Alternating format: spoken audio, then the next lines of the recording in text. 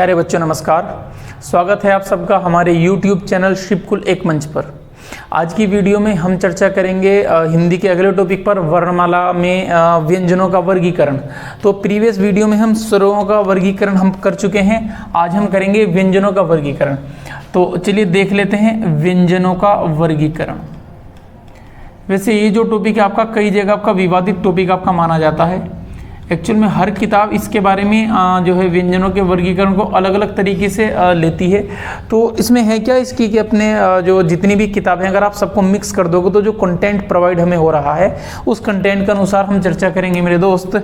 और हमारी चर्चा के अनुसार होगा क्या कि मैं पहले सारी की सारी वर्णमाला लिख लेता हूँ, चूँकि व्यंजन लिख लेता हूँ। सबसे पहले हमारा क वर्ग होता है जिसके व्यंजन आपके ये लिखे हुए हैं, आपको सबको पता है। फिर आपका च वर्ग होता है, उसमें आपका चे, छे, जे, झे और ये आ जाता है। फिर आपका टे वर्ग होता है, इसमें आपका टे, ठे, डे, ढे और ण होता है। फिर आपका ते वर्ग है, इसमें ते, थे, दे, धे और ने माना जाता है। फिर आपका पे वर्ग होता है, इसमें पे, फे, बे, भे और में आता है ना। ये हमारे 5 वर्ग होते हैं। फिर हमारे पास आता है ये, रे, ले, वे, इसको अंतस्थ कहा जाता है। फिर आपके 3 ऊष्म आते हैं, शे, शे, से और है।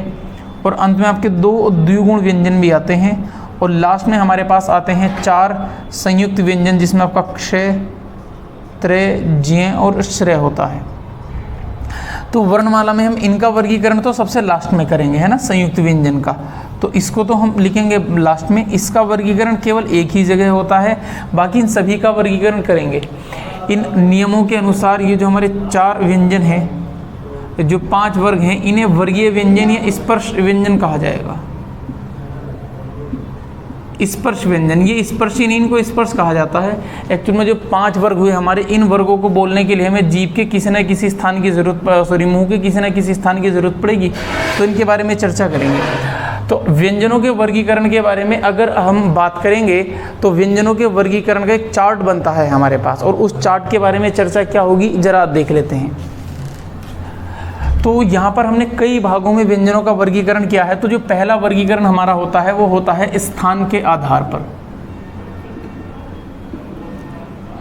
स्थान के आधार पर, स्थान का मतलब है मुंह के अंदर जो भी हमारे स्थान होंगे उसके आधार पर जो व्यंजन होते हैं उनका वर्गीकरण आपका कहलाता है स्थान के आधार पर। इसमें कई भाग हैं, उन भागों के नाम लिख लेते हैं। जैसे सबसे पहला होता है इसमें हमारा कंठे, कंठेश्वर क्या होते हैं। दूसरा आपका होता है तालव्य। तीसरा होता है मूर्धन्य। चौथा होता है दंत्य। और 5वां होता है औष्ठ्य। तो ये तो 5 इसमें कंठ्य, तालव्य, मूर्धन्य, दंत्य, औष्ठ्य। इसका आपका वत्सर्य होता है, ठीक है। फिर आप इसमें याद रख सकते हैं हमारा स्वरतंत्र भी होता है, लेकिन आपका काकल्य इंपॉर्टेंट है। काकल्य के अलावा आप ध्यान रख सकते हैं दंतोष्ठ्य को, ये भी आपका इसमें वर्गीकरण में बांटा जाता है।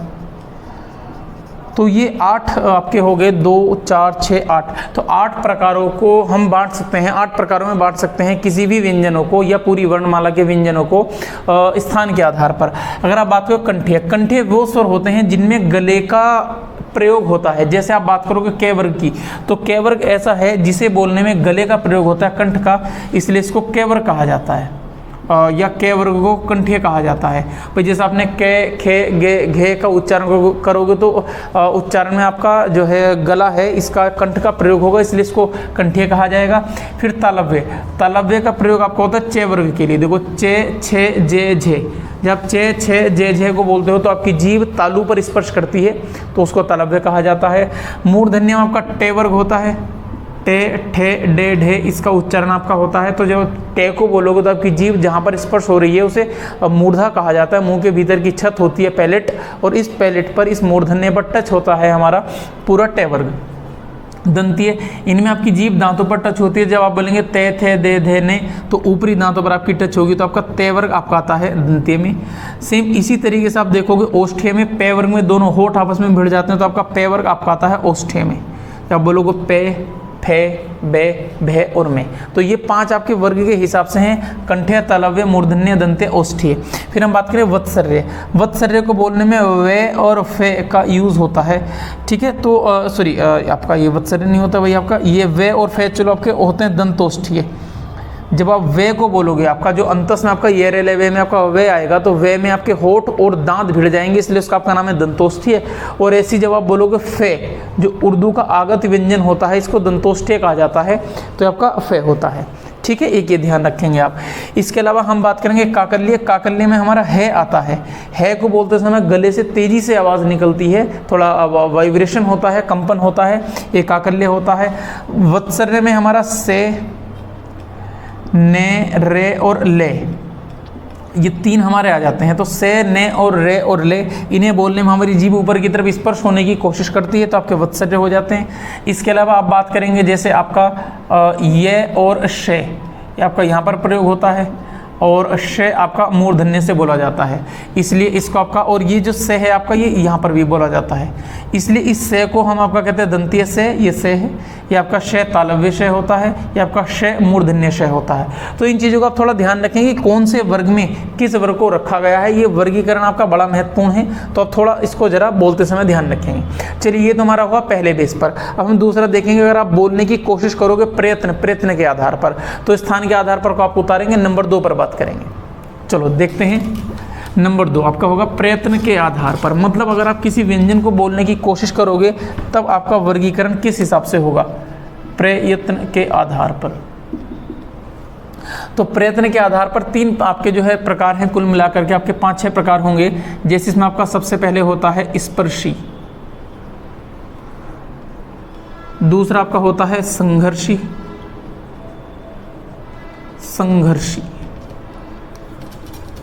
चलो लिख देते हैं भाई आपका संघर्षी।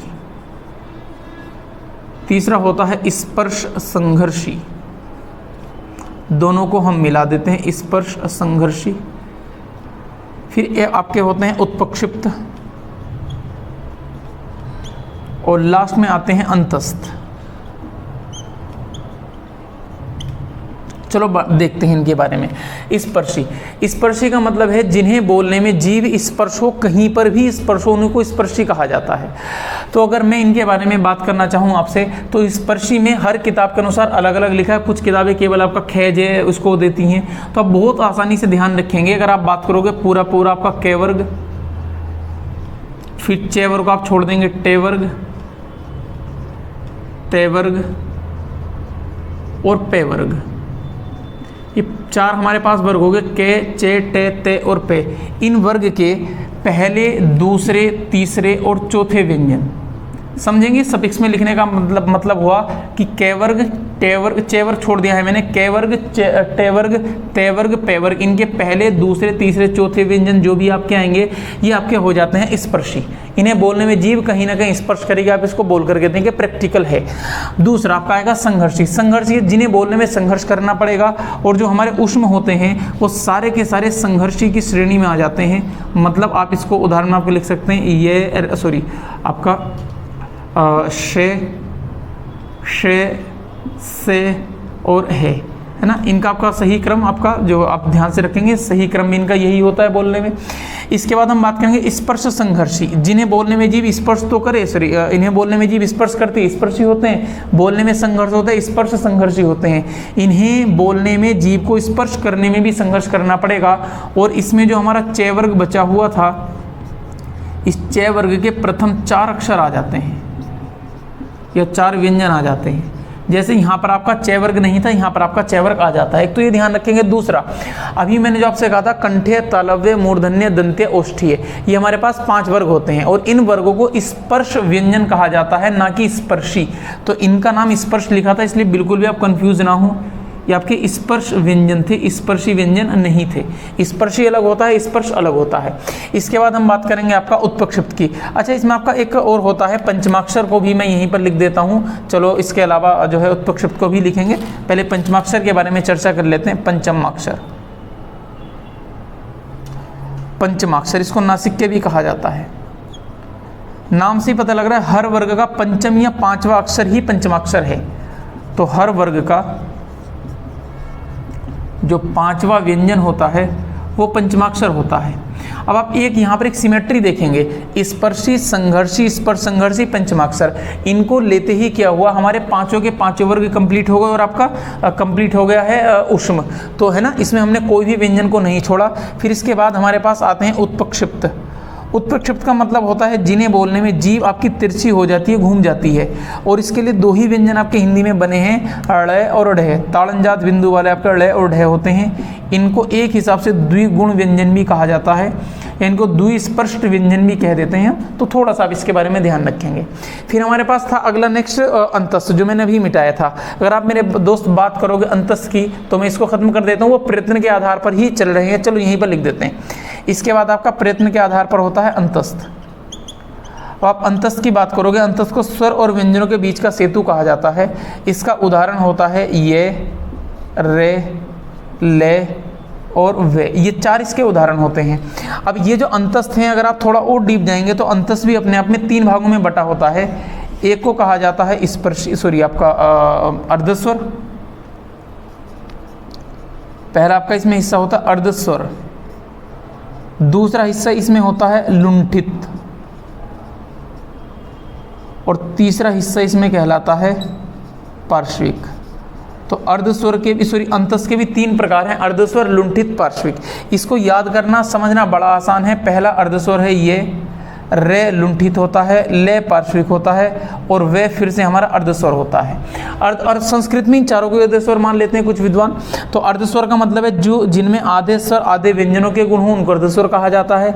जिन्हें बोलने में जीभ बार बार झटके खाती है वो आपके लुंठित होते हैं, और जिन्हें बोलने में जीभ गोल घूम जाती है, अंदर ले को बोलने में घूम जाती है, नोक बन जाती है, वो आपके होते हैं पार्श्विक। तो ये हमारे पास दो प्रकार का वर्गीकरण हो गया, स्थान के आधार पर, प्रयत्न के आधार पर। नंबर 3 हम देखेंगे आपका जो है सांस के आधार पर। चलो इसको उतारेंगे आप। अब आप एक बात और इसमें सिमेट्री समझेंगे कि इसमें हम हर बार जो भी व्यंजन कर रहे हैं सभी के सभी स्वरों को, व्यंजनों को ले लेते हैं।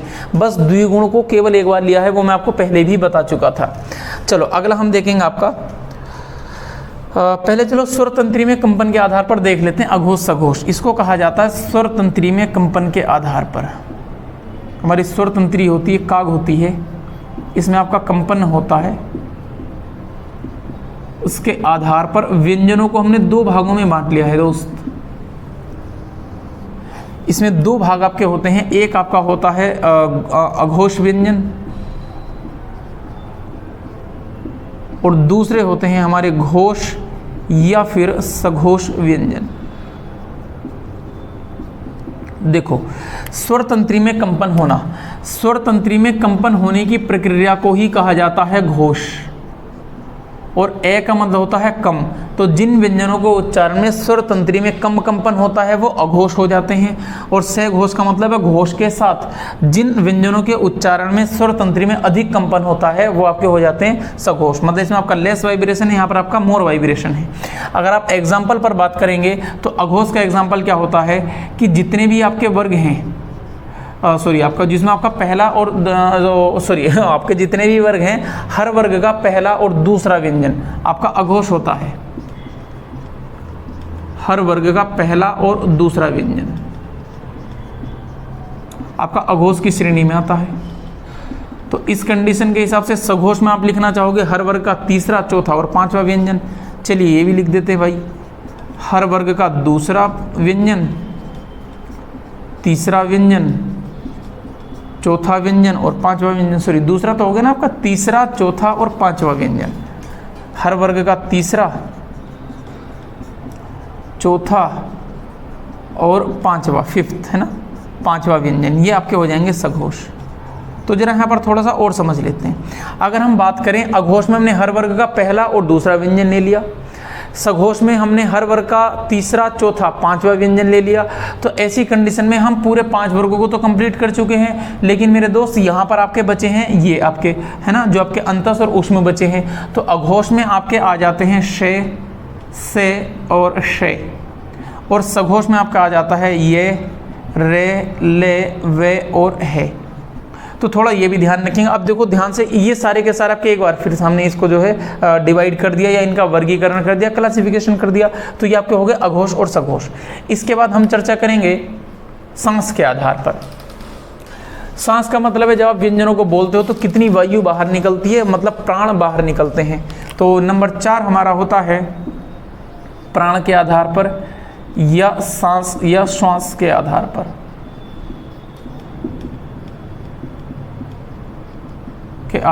यहाँ पर 2 भागों में इनको बांट दिया गया है।